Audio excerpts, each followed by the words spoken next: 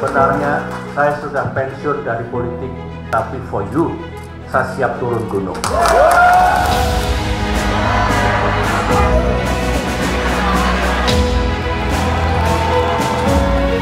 Masih ingat saya?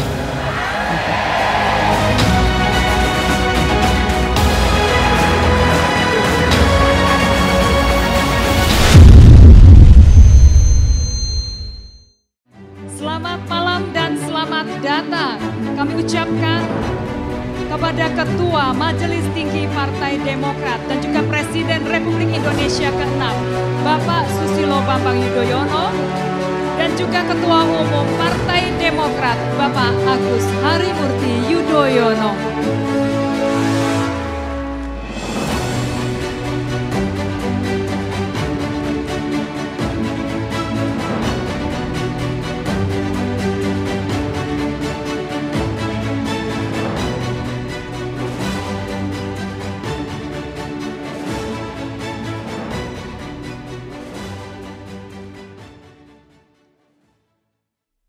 Bismillahirrahmanirrahim. Assalamualaikum warahmatullahi wabarakatuh. Salam sejahtera untuk kita semua. Shalom, Om Swastiastu, Namo Buddhaya, salam kebajikan. Saudara-saudara rakyat Indonesia yang saya cintai, hadirin sekalian yang saya muliakan. Saat ini, dunia dan negara kita berada dalam penggal sejarah yang penting dan menentukan. Penggal sejarah yang akan menentukan nasib dan masa depan kita. Tahun ini, 2024, dunia akan melakukan perhelatan demokrasi yang terbesar dalam sejarah.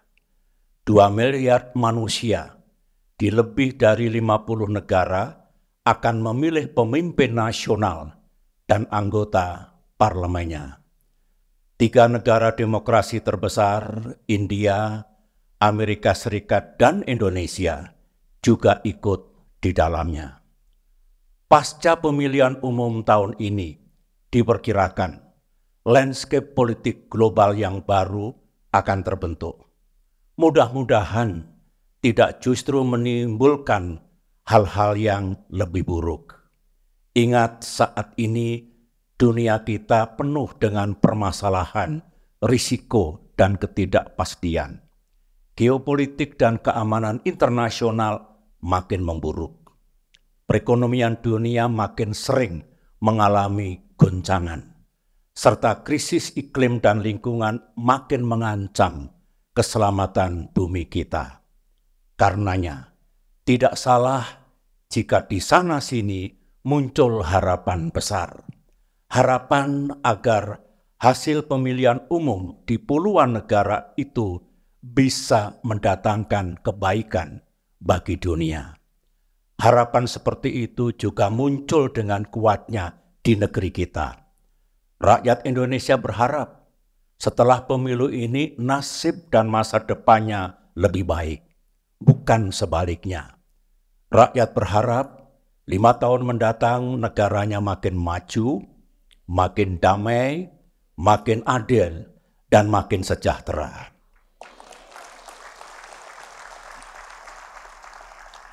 Rakyat Indonesia merasakan 5 tahun terakhir ini hidupnya mengalami tekanan dan kesulitan. Bukan hanya akibat pandemi COVID-19, tetapi juga karena ekonomi yang melambat dan tingkat kesejahteraan yang menurun.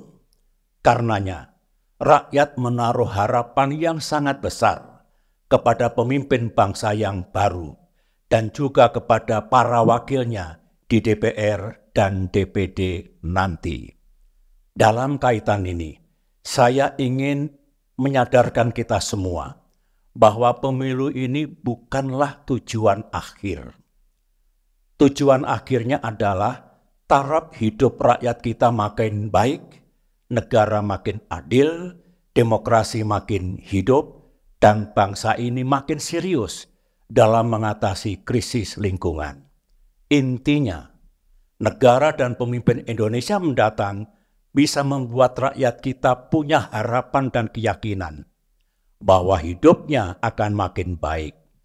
Harapan dan keyakinan ini penting agar rakyat kita, terlebih kaum yang kurang mampu, tidak cemas dan tidak gamang menghadapi masa depannya.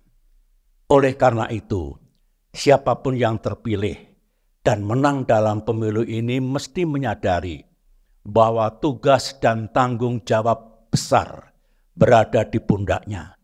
Jangan sia-siakan mandat dan kepercayaan rakyat itu. Kekuasaan politik yang didapatkan bukanlah untuk dirayakan dan dipestakan. Kekuasaan itu amanah. Kekuasaan itu tugas.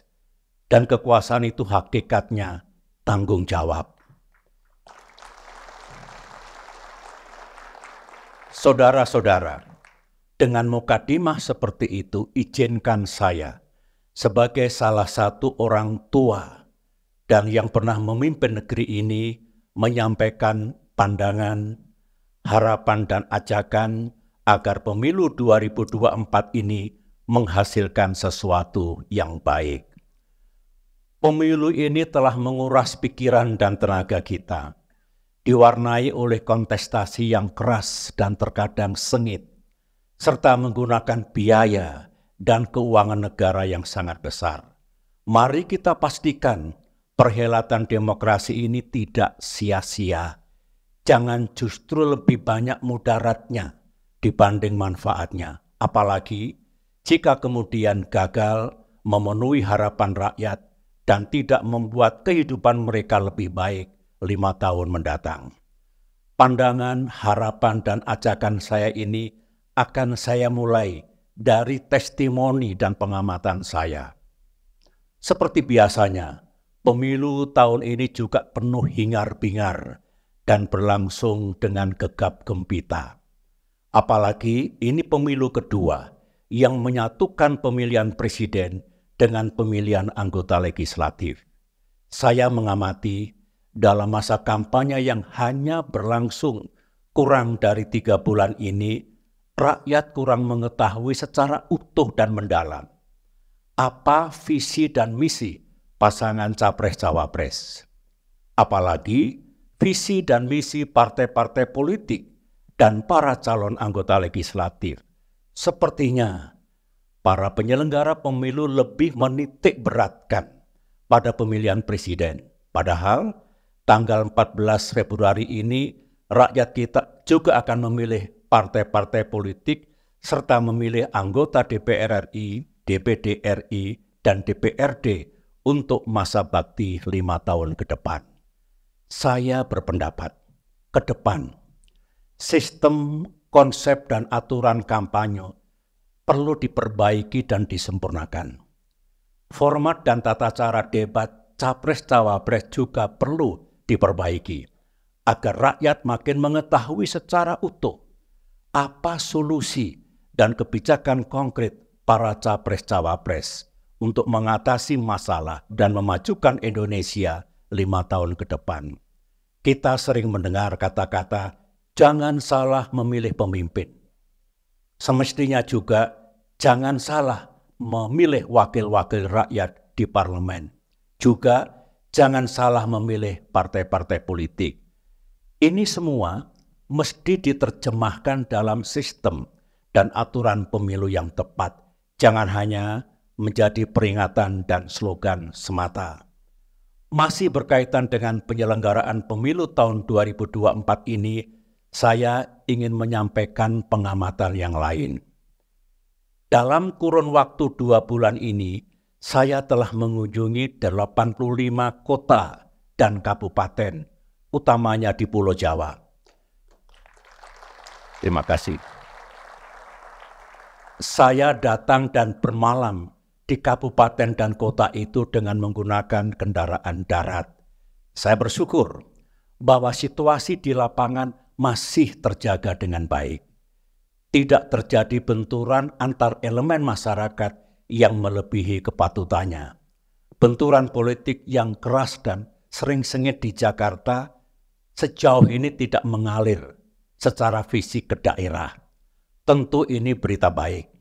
Semoga ini menunjukkan bahwa rakyat kita makin matang dalam berdemokrasi.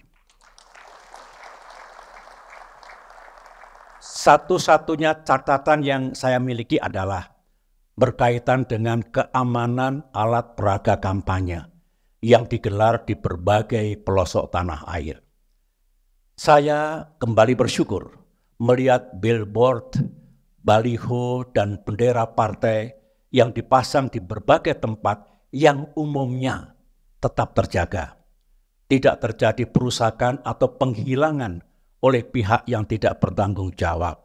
Tetapi di sejumlah daerah dan tempat saya menyaksikan telah terjadi perusakan dan penghilangan APK pemilu tersebut.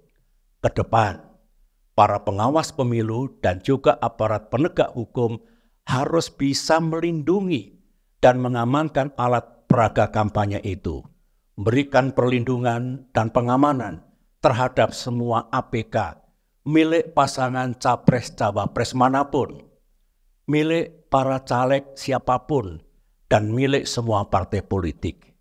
Jangan biarkan terjadinya benturan fisik di lapangan akibat perusakan APK ini lantaran tiadanya perlindungan dari pengawas pemilu serta aparat keamanan dan penegak hukum.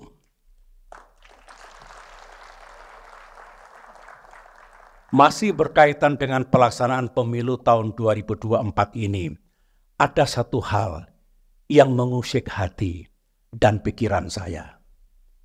Di penghujung masa kampanye saat ini, muncul gerakan dan pernyataan kritis dari kalangan kampus. Di berbagai daerah, sejumlah rektor, guru besar, dan mahasiswa menyuarakan pentingnya pemilu yang damai, jujur, dan adil.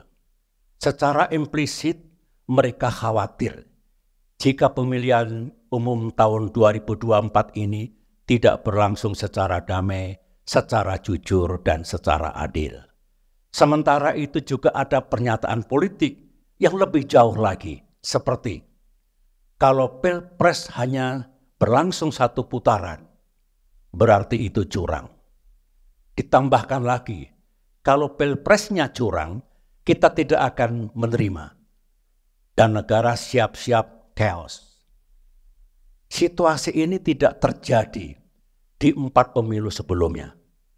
Karenanya, melalui mimbar ini, saya ingin menyampaikan pandangan saya. Pandangan dari seorang yang tidak pernah absen dalam 20 tahun pemilu di era reformasi dan demokratisasi. Baik ketika saya berada di dalam ranah kekuasaan maupun ketika berada di luar ranah kekuasaan. Pendapat saya, menuduh apalagi memastikan bahwa pilpres ini pasti curang dan karenanya hasilnya pasti akan ditolak, tentulah berlebihan. Namun di sisi lain, mengabaikan suara-suara di luar yang khawatir pilpresnya bakal curang tentu juga tidak bijak. Begini jalan pikiran saya. Kita ingin, saya yakin rakyat Indonesia juga ingin, Pilpres 2024 ini hasilnya sah. Sah dan diterima oleh rakyat. Dengan keabsahan itu, pemimpin baru kita akan memiliki legitimasi yang kuat. Kekuasaan atau power yang dimiliki juga berkah, yang insya Allah akan mengantarkan beliau sukses dalam memimpin negeri ini 5 tahun ke depan. Kita tahu politik itu sejatinya cerita tentang kekuasaan. Seorang politisi akan diuji. Bagaimana cara kekuasaan itu diperoleh? Apakah sah dan halal atau tidak? Setelah memegang kekuasaan, dia juga akan diuji. Bagaimana kekuasaan itu digunakan? disalahgunakan atau tidak. Oleh karena itu, kembali ke urusan pemilu 2024, kita semua mesti berupaya dan sama-sama memastikan bahwa pilpres kita ini benar-benar berlangsung secara jujur dan adil. Negara beserta segala perangkat dan sumber dayanya yang dimiliki mesti netral. Saya pikir ruang untuk itu tersedia. Negara, utamanya para penyelenggara pemilu, tentu bertanggung jawab penuh untuk memastikan berlangsungnya pemilu yang jujur dan adil itu. Menutup pandangan saya terkait dengan pelaksanaan pemilu 2024 ini, saya hanya ingin bermohon kepada negara dan mengajak masyarakat luas untuk sama-sama menjaga reputasi kita sebagai negara demokrasi. Sejarah mengajarkan bahwa demokrasi juga mengalami pasang surut, ups and downs. Ini juga dialami oleh banyak negara di dunia. Karenanya, cara terbaik untuk menjaga demokrasi kita, ya mari kita jaga bersama-sama. Tidak ada cara yang lebih baik. Negara ini negara kita semua. Ibarat rumah, ini rumah kita bersama. Demikian juga demokrasi kita. Mari kita cegah agar tidak ada penyimpangan dan tidak ada hal-hal yang buruk agar tidak perlu kemudian sejarah mengoreksinya. Saudara-saudara, sekarang saya ingin menyampaikan pikiran dan pandangan saya tentang Indonesia 5 tahun ke depan yang menjadi topik utama pidato saya ini. Berkaitan dengan itu, saya juga mengangkat tagline, yang sudah baik lanjutkan, yang belum baik perbaiki. Setelah pemilihan umum ini usai, pemimpin bangsa yang baru dan para anggota legislatif yang terpilih harus bersiap diri untuk melaksanakan tugas dan kewajibannya. Tugas mulia yang syarat dengan tantangan namun sekaligus juga peluang. Menyimak percakapan di forum internasional, termasuk yang dibicarakan di World Economic Forum, Davos, kita tahu bahwa dunia dan kawasan Asia tidak selalu cerah. Di sana-sini muncul permasalahan dan risiko baru yang akan berpengaruh kepada Indonesia. Geopolitik dan keamanan internasional makin memburuk dengan meluasnya konflik dan peperangan di Timur Tengah. Situasi keamanan di kawasan Asia, utamanya Asia Timur yang bersentuhan langsung dengan Asia Tenggara, juga makin memanas. Akibatnya, ekonomi global juga mengalami kerentanan dan risiko baru yang pasti akan berdampak pada ekonomi Indonesia. Singkatnya, ekonomi Indonesia 5 tahun ke depan tidak selalu mudah. Padahal, kalau saya menyimak janji-janji pasangan Capres-Cawapres, dibutuhkan pertumbuhan ekonomi dan pendapatan negara yang jauh lebih tinggi. Kalau tidak, rencana indah itu tidak bisa diwujudkan. Pada saat ini, pertumbuhan ekonomi kita masih tertekan. Dan ruang fiskal atau anggaran negara belum kuat benar. Beban utang Indonesia juga makin tinggi. Belum pemerintah harus menyiapkan dana untuk melanjutkan proyek-proyek besar dari pemerintahan sekarang. Kalau saya berbicara seperti ini bukan berarti saya pesimistik. Bukan. Saya hanya ingin realistis. Saya tetap berpendapat bahwa seberat apapun permasalahan bangsa di masa depan, selalu ada jalan untuk mengatasinya. Harapan saya kepada pemimpin pemerintahan dan anggota legislatif mendatang, pikirkan dan rencanakan bagaimana cara meningkatkan pertumbuhan ekonomi dan kesejahteraan rakyat yang menjadi harapan kita semua. Tentu rencana yang benar-benar realistis dan bisa dicapai, achievable. Waktu masih tersedia, dan saya yakin itu bisa dilakukan. Ajak dan libatkan mereka yang memiliki pengetahuan, kecakapan, dan pengalaman tentang itu. Ke depan kita harus lebih bersatu. Tinggalkan sekat-sekat politik dan ideologis yang sering membelenggu kita. Ingat, loyalty to my party ends when loyalty to my country begins. Secara lebih luas, maknanya adalah kita harus mengutamakan kepentingan bangsa dan negara ketimbang kepentingan partai politik ataupun golongan. Kerasnya kontestasi dalam pemilihan presiden tahun ini janganlah menjadi penghalang untuk mewujudkan kepentingan bersama itu. Saudara-saudara, saya masih akan bicara tentang Indonesia 5 tahun ke depan dengan semangat, sekali lagi, yang sudah baik lanjutkan, yang belum baik perbaiki. Namun, kini saya ingin bicara dalam kapasitas saya yang lain, yaitu sebagai sesepuh Partai Demokrat. Sebagaimana saudara-saudara ketahui, sebagai peserta pemilu legislatif, Partai Demokrat juga memiliki kewajiban untuk menyampaikan visi, misi, dan agenda perjuangan 5 tahun ke depan. Intinya, apa saja yang hendak dikontribusikan oleh Partai Demokrat ke depan, baik melalui lembaga legislatif maupun lembaga eksekutif, baik pada tingkat pusat maupun daerah.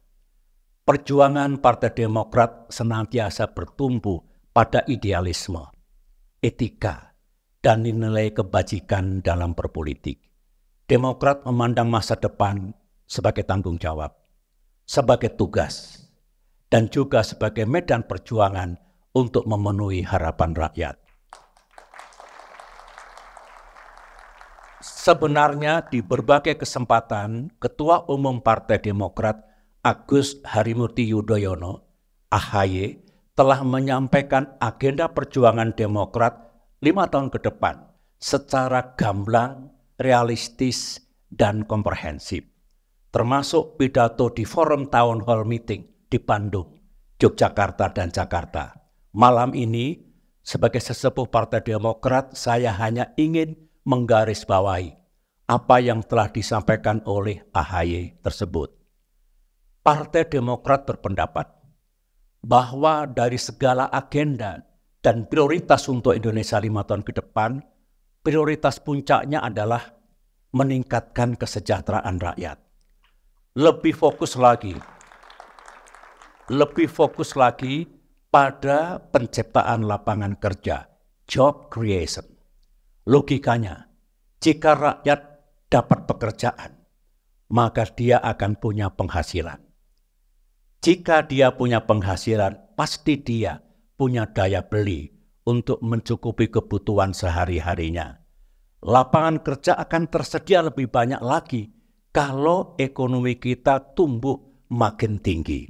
Jadi, jalan menuju penciptaan lapangan pekerjaan adalah pertumbuhan ekonomi, economic growth. Inilah yang utama, pertumbuhan ekonomi dan lapangan kerja, growth and job.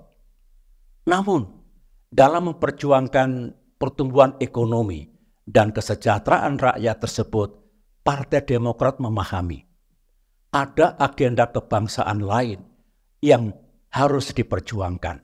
Ke depan di negeri ini, hukum dan keadilan harus makin tegak. Demokrasi dan kebebasan harus makin mekar. Dan lingkungan hidup harus makin dijaga. Maknanya, ke depan ekonomi dan kesejahteraan rakyat makin meningkat tanpa menimbulkan ketidakadilan, tanpa mematikan demokrasi dan kebebasan rakyat, dan tanpa merusak lingkungan. Ingat, kita telah mematahkan mitos masa lampau yang puluhan tahun membelenggu kita. Dulu, seolah kita harus memilih salah satu, pembangunan ekonomi atau demokrasi. Dulu kita harus memilih stabilitas keamanan atau kebebasan. Alhamdulillah, ketika saya memimpin Indonesia selama 10 tahun dulu, dengan dukungan penuh Partai Demokrat, bangsa Indonesia telah berhasil mematahkan mitos itu. Ekonomi dan kesejahteraan meningkat tanpa memandulkan demokrasi. Stabilitas dan keamanan nasional terjaga tanpa menutup ruang kebebasan rakyat. Artinya, kita bisa mendapatkan semuanya. Tidak ada yang perlu kita korbankan. Inilah agenda perjuangan Partai Demokrat 5 tahun ke depan. Jika saudara-saudara rakyat Indonesia merasa cocok dan bersetuju, mari berjuang bersama Partai Demokrat.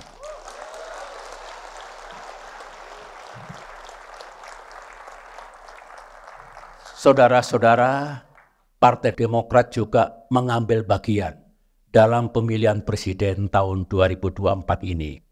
Sebagaimana saudara-saudara ketahui, kami mengusung dan mendukung pasangan Prabowo Gibran.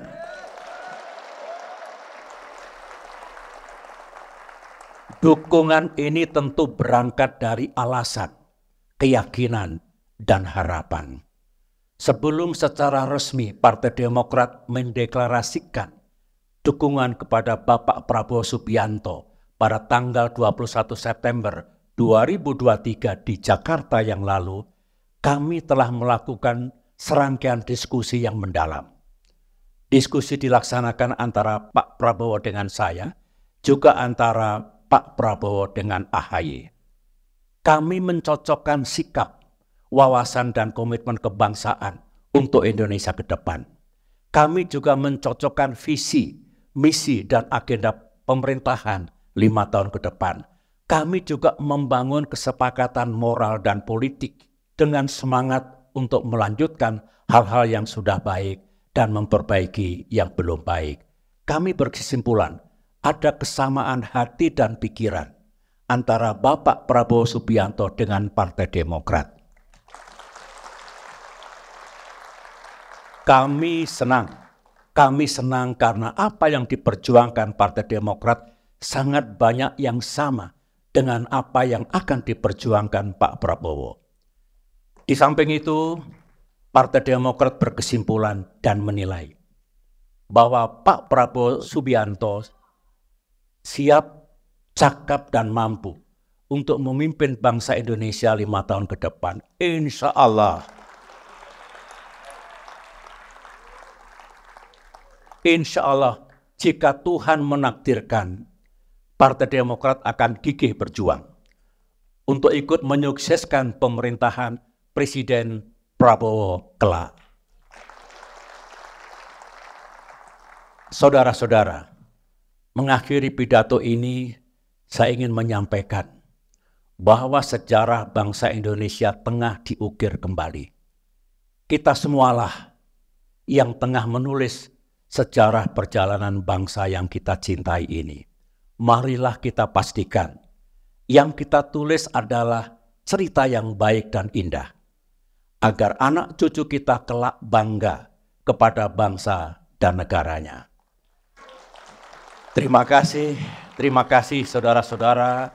Semoga Allah Subhanahu wa Ta'ala, Tuhan yang Maha Kuasa, meridhoi tekad dan langkah perjuangan kita ke depan.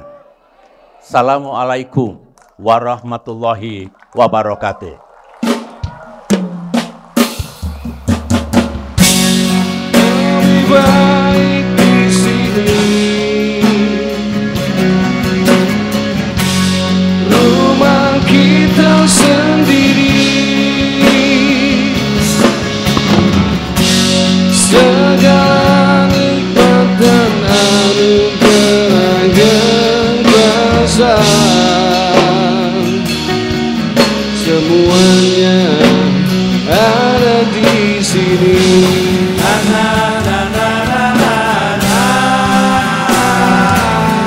Terima kasih Bapak SBY. Mas AHY. Demokrat will never walk alone. Never walk alone, kamu gak sendiri. Karena Demokrat berjuang bersama rakyat. Coblos nomor 14, Partai Demokrat. Yang sudah baik, lanjutkan. Yang belum baik, perbaiki. Demokrat! Demokrat, Demokrat, partai kita pilihan rakyat. Demokrat, Demokrat, selalu ada bersama rakyat. Selalu ada bersama rakyat. Partai Demokrat, pilihan rakyat. Coblos 14, Partai Demokrat.